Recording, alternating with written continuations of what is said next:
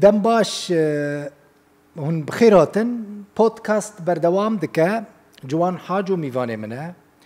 ام هيدي بيداتين وهيدي جوان حاجو دلي خو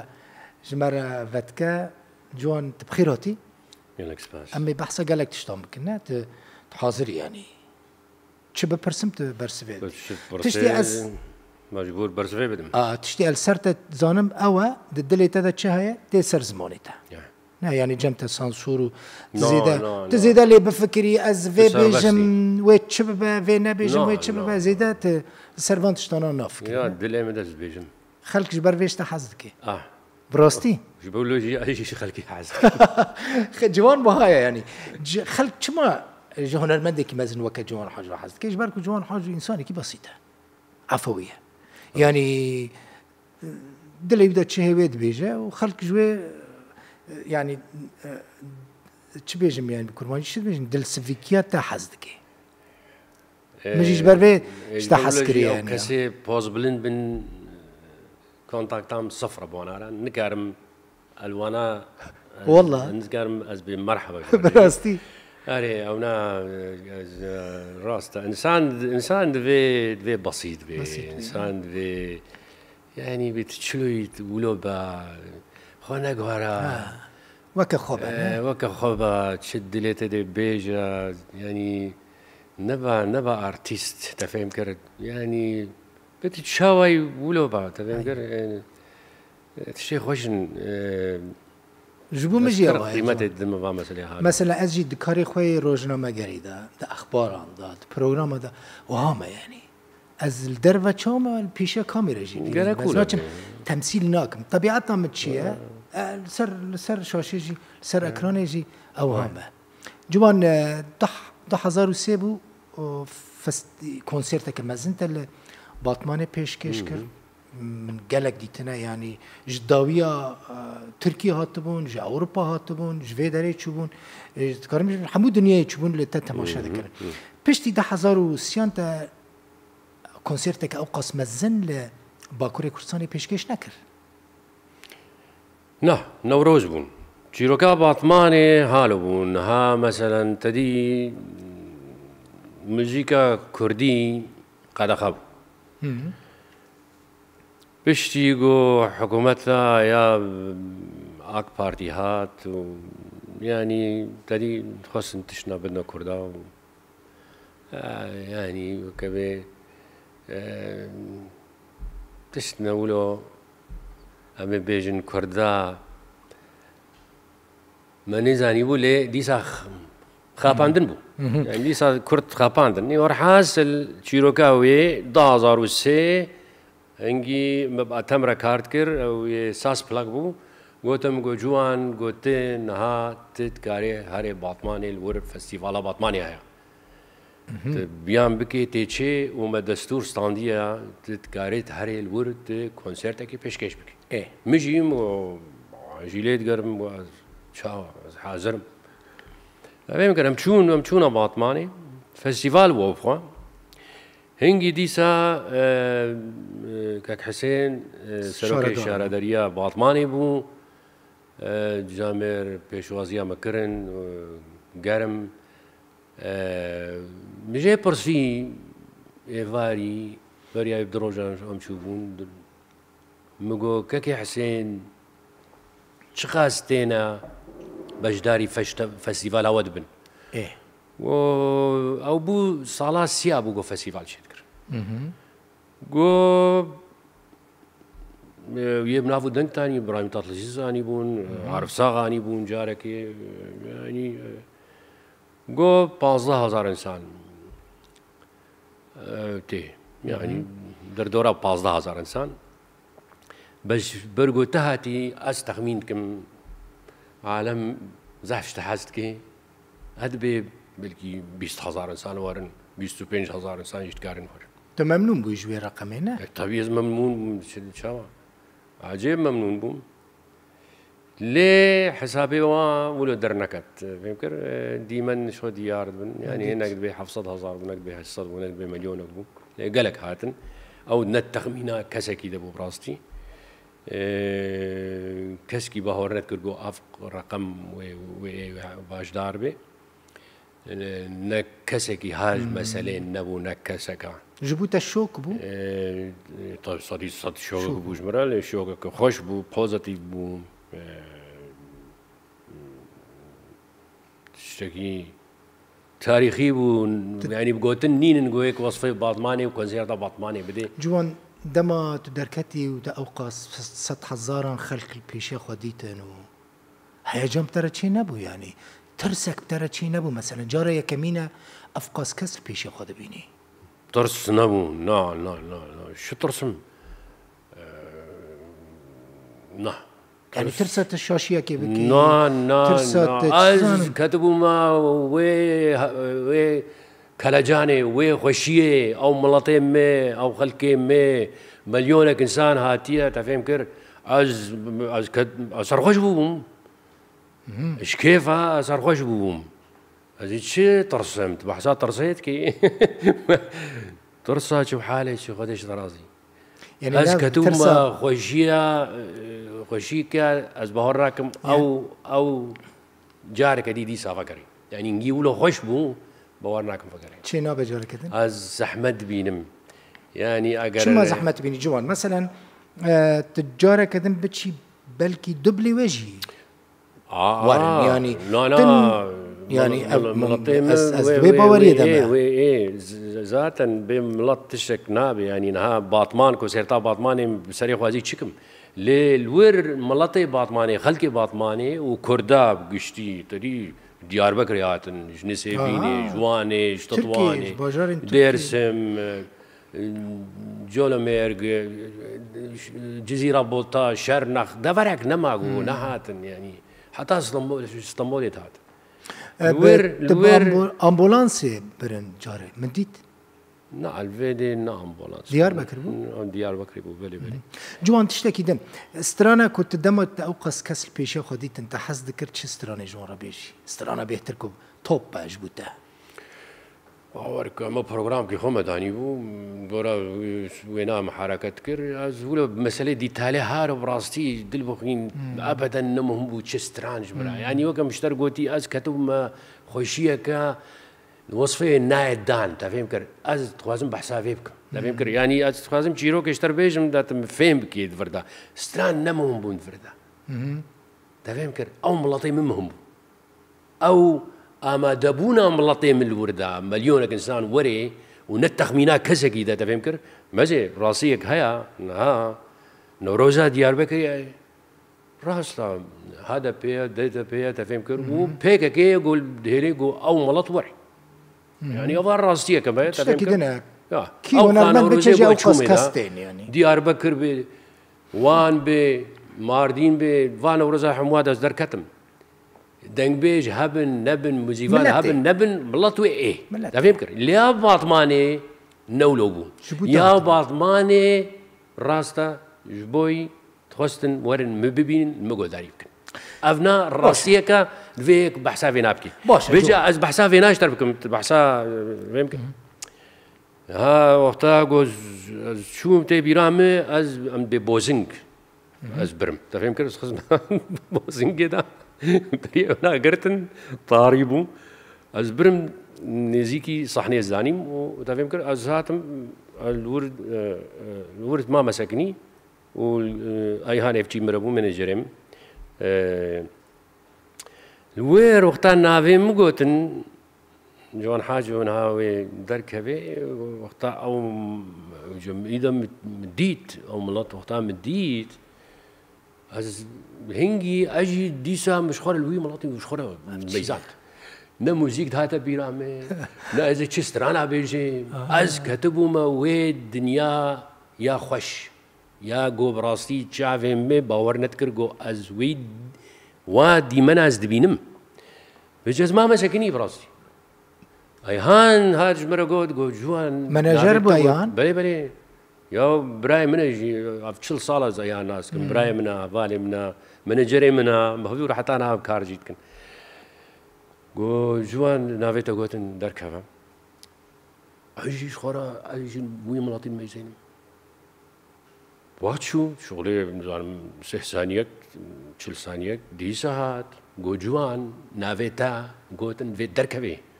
مجو ملي مجان مجو زي دركبم ورحاسل دركتم بلي دركتي ملت قيامات يعني تشاو خوش بو تفكري انت شخرة تقول جوان او زاروكي كل تربس بيتشي بويا لقندكي نها دركتي سر صحنه مليونك انسان بيشاوية برسترانات بيجا افجي تشتكي نكي ما جوانا يا تشتكي تشاو يعني نها ميزي باطمان كونسيرتا باطماني تاريخه الوير وي ملطي كرد براسي تاريخ شكر باش نها تبتشي تنتشي تفدمك تنتشي انا بشتري كونسيرت جنابي لكردستان نها كونسيرت قد خنا الباكوري كردستاني ما تشي مايال الباكوري كردستاني قال لك نرمنت كونسيرت تشيت كن جو شو كونسيرت تشيت كن يعني كونسيرت تمام تشيت كن اللي ديسا تيرا خوتي قد خكرن باش موسيقى كردي نها الباكوري كردستاني نسر بستا زمان كردي نسر بستا قد خل سر حياة تفهم كر كردات خنا حبسيدا ظلم وتعدي ديسا بردوامة تفهم كر أفار راسية كمية تفهم كر بس از فينال بيجم از بي بلا ديسا دمين عشتي فقرن ملتي كرد عشتي خوازي باش ملتي كرد شرا خوازي كرماتا ملتي كرد خوازي عشتي خوازي او دمي جو ديسا عشتي هبو نابنا دولتي وكردادا ملت فيت خوازي جو ديسا افقري تفهم كر نا ملت قلق ديا نا ملت ناف وك الشركي ديا تفهم كر يعني نرحتبونك هيا از وقتا قوات شوم 2003 حتى 2014 خوش بو تفهم كر لينها الروش خرابه نها كردات خنا حبسيدا تديت كي تبي از كرد متكارم بدا بقرن تفهم كر تبخنا حبسيدا بيس سوجو بيس بس جبرقو كردي نها ظلم وتعدي هيا بلا كسك جمر نبيجي از وك كردكي وملطي بيجي فيت خوازي خوزي ديسا او دمي اشتي ديسا فقرن ديسا دولة كرد لفرون ديالوك شيبي وتالي ذاتا قرقا هالو بي يعني شرط نكاري شر بردوام بكي بصدي صالة قرقا لفهاتنك شيبي قرقا الدولة ترك فين بكي نكاري ما كردا ملتك في حقي في ملتي بدي دا القورا قانونين نابنا التويد في بدي دا نسر كيف اخذ في برلمانات تركيا دا اعتراف زماني كردي وري كرن اعترافك بملتي كرد وري كرن تفهم كر هل بتعرف تشيبن ديسا آماده ما هرب كونسيرت از بدم ما قال شي دقرم ما جوي خوشتر نينا اوتش باوريام نينا بدولة ترك باوريام نينا باورناك مشي بچي يكم باجار كونسيرت اللي پیشکش بکی چه باجاره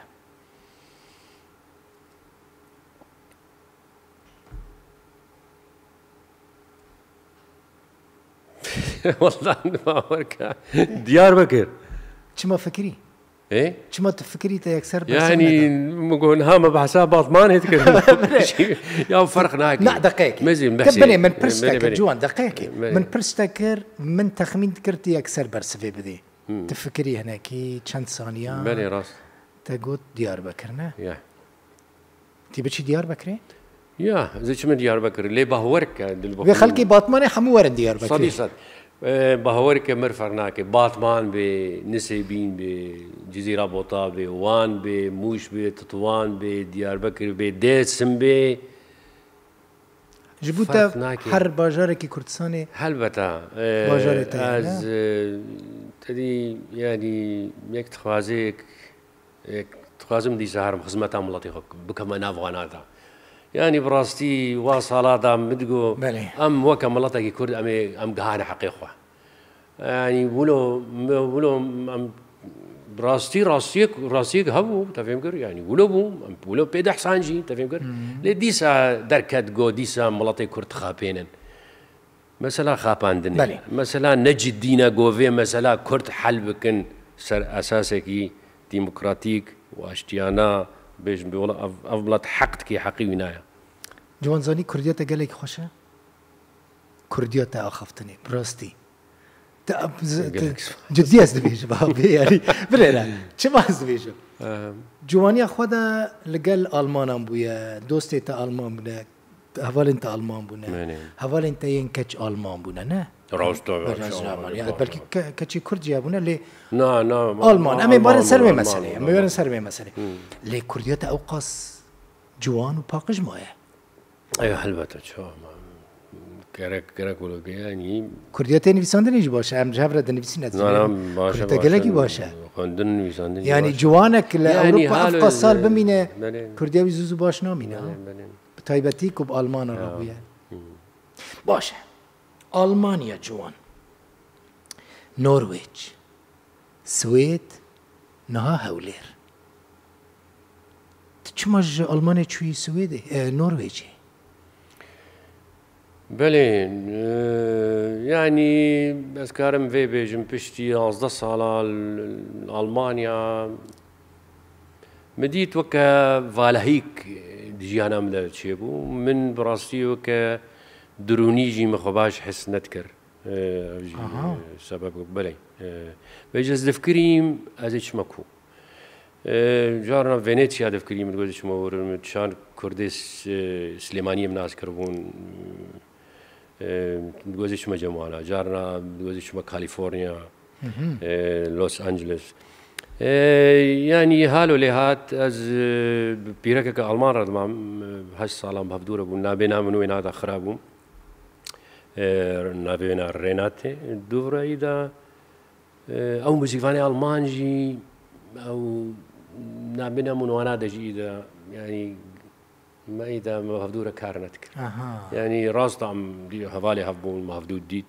ليه بيد حسام تشتكي نوجمر لازم تجي أنا مدا بس بيد حسام أجر از نتش ما دفرك إنه موسيقى موي حاله مني تبيش كدنا كدي وما أو تيرام نتكر أو تشيقوم كربون ألمانيا تير نتكر يعني البوما بيش مرجنا من نافو كلا برجين ديار بكر ليلى قلاصور نديت أف تيرام ناك تشتكينو جمر لازمه كهجا عندنا جمر لازمه دوینا بردا برایم نوردین گو کردی یه استفانگر شان کردک بون گو والله توازن گو تبین نفر نرويج هاي شو ما نرويج تفهم كر كونسرتك بون از باجدار بون وتجيب برايم يجي بون دوفرا إذا كيف مش باجي رجعات نرويج راحات اللي مگو والله اسکارم دمک الورب من يعني منگو بتمامتيش من يو اسکارم مكابي دمك الورب و ناف بريد من اوجي جارنا جي بسألة قالك مسألة دا يعني مسألة هنري سياسات اقتصادي دبي شانس هيا شانس من ليه هاد جو موسيقى فاني هري باش نرويج مناسكر دويش هفيدا ندويش هفيدا دوفرا بشتي وينا ده يبون سه يبون باولو فيناتشيا برايم نيجا يقول درامز دا كنوت رايشرود يقول جيتار دا اودين ايرلين يقول باس جيتار دا ستاين بولاسن الجيتار دا بوغي كيل سندي بيانو دي يعني بندي هوفسيت الساكسيفون دا يعني تيب توب موسيقى فاني يه هري باش النرويج من عسكر او انا براستي اري كاريام كرن دحفك المدان او دحفا مش بحساويت كر وكبي رابا سرخوا الشيار با او هجاندنا او هجاندنا مش تربح عسكري اجاند براستي شو داري كونسرتي وانا من وار داريت كرت جوا مزيفانا مديت براسي تشكي يعني مزيفانا سرخورنا يعني حتى يوكا باولو فيناتشيا كنو تراشو جو كوكر اللي دانا تينا تورا اللي دانا يعني مزيفانا في الدنيا الناس كري فجم أف ناس كرم دو علي موسيقى ده تلور قرتن وان يعني وهف تمام كر لوما مقو نرويج أمام النرويج ماي النرويج نما يا ما نعم تشي سويدي تا بحث براي خنور الدين كر براي انت بشكريات تذكرن أولي كاري تذكرن لأوروبا شو كي بهتر أولي كاري تذكر جوان شو كي بهتر بشكريات تذكر دفي واريدا مثلا وكا بشتك بشترات بيش كفي يا تو بحث براي متكر هم براي نايف آري متكر هم براي نور الدين جي جاميرا آري متكرن شو مالبات بقشتي لبشتبو بشت مبون شو بر غريبة ديسا مثلا ألمانيا تشوي نرويج ديسا البيانيان قرية برج مرة غريب تيجوان هر تتم الغريبة عند قري هر لو مزيانين غريب دقري نممكنة يعني لنرويجي كرتنا بن هنرمندين كرتنا بن تخنيزكي ونكي بر يعني تتم بريت البيانيان بو يعني تتخص تاني بغريبة ركار بكي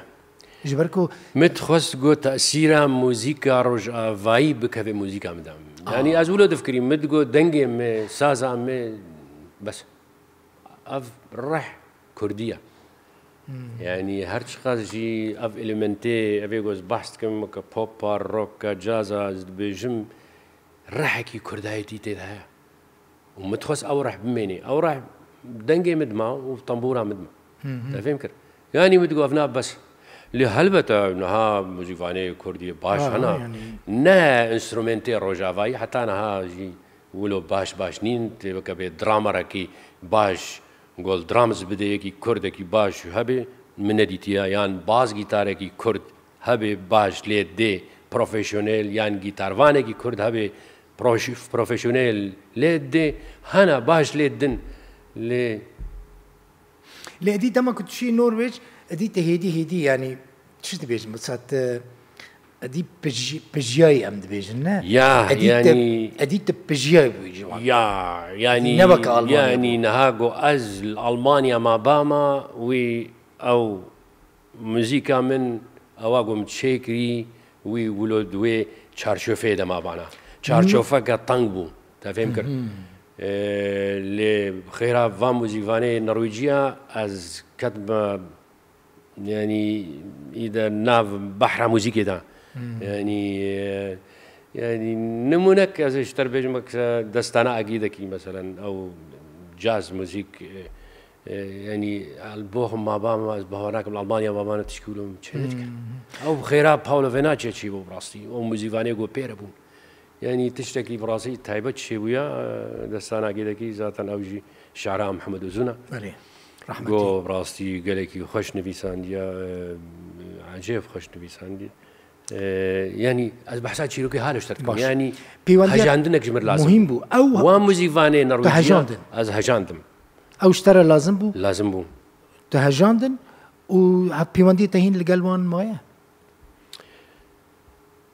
باولو فيناشيا كوتشا داوي كر دنيا عليهم بريا 4 سال بو يدي كونتاكت عملها أنا بوانا يعني تشتكي باش ببي آمادنا وارن مسألة كونسيرتك الجاي كي تشيبك أو أنا بتردش وين شو جوان أم النرويج يبون أم بشرب بتشن سويدي بله جبرت النرويج نماي از شو أنا ما لا يعني النرويج يعني حتى داوين نما يبشت شيء سويدي نوتو يكي حتى 10,000 نرويج بوم حتى 10,000 أما بشت شيء سويدي 12 سال الورق نرويجي ماي تفيري نرويجي جبوي يا واز قد ماشي لي لا يعني بلي اشترى زيادة لازم بلي مختام يونا ناسكر ديا زاروكا ديا لورينو روزا تدي انجليزيين بيشي بهدور داخفين دوفرا اذا بقولوا عند النرويجي بيجي بخيرا ديا زاروكا لورينو روزا از فيري زماني نرويجي تفهم كده دمال داون بنرويجي داخفين نرويجي ودوري ده وقتها مشونا سويد اذا ما قلنا سويدي اوتوماتيكي بالسويدي تفهم كده سري متفلي ابو جمال ازنا شو من تكورسان نرويجي نسويدي تاني الالمانيا يونيفرسيتي تاخذ جامعه قالك سباس جوان امي بشترا بتشن سويدي حظك كم بتشن سويدي كيف تتي شو تناخذ النرويج بميني والله تزاني لا تبى بيجي مثلا خوازي از نرويج يا اها ولو نا هر هدمك وقتك خوشی باشه امی دخلك بدا جوان حاجو نرويج بنرا مج ألمانيا برا نرويج نواجي خلاص بس هذه نرويجنا هذه أمج نرويج هرنا سويدي قالك سباس جوان روسي كيفهم قالك تيكوس وسبترا في صحبتي كمو هناك جاران عاجز بي إلا خازي بريم بدي مسألة سياسية لأستاذ خازم فقرينم تقلا هيد خازي بحث هناك مسألة سياسية أما ورن سر مسألة سياسية از نس سياسة مدار لا صانمت نس سياسة مدار ولا خازم بم سياسة مداري وسياستنا كارمنا هنا كارمنا لسرانين ست لسياسة مالا ما كردا مالا ملطي مخرا كريا سياسة تعدل ملطي مكريا وجلما جارنا أزفيت تشنا هناز مجبور بحثكم أكيد يرو ملطي كرد تقدري دكان ظلم وتعدك لها تيكرن في أزفينا بيجم أز نكارم بيجم أزبي والله ملطي مني كرد الباكوريا كورساني تخوشية ديا نتخوشية ديا أما بحسبك جوان هين قالك بيشما هدي حتى جارة كدن وبروجرام كدن بجوان حاجورة بودكاست كدن أمي جوارا حاضر بكنوا بخاطري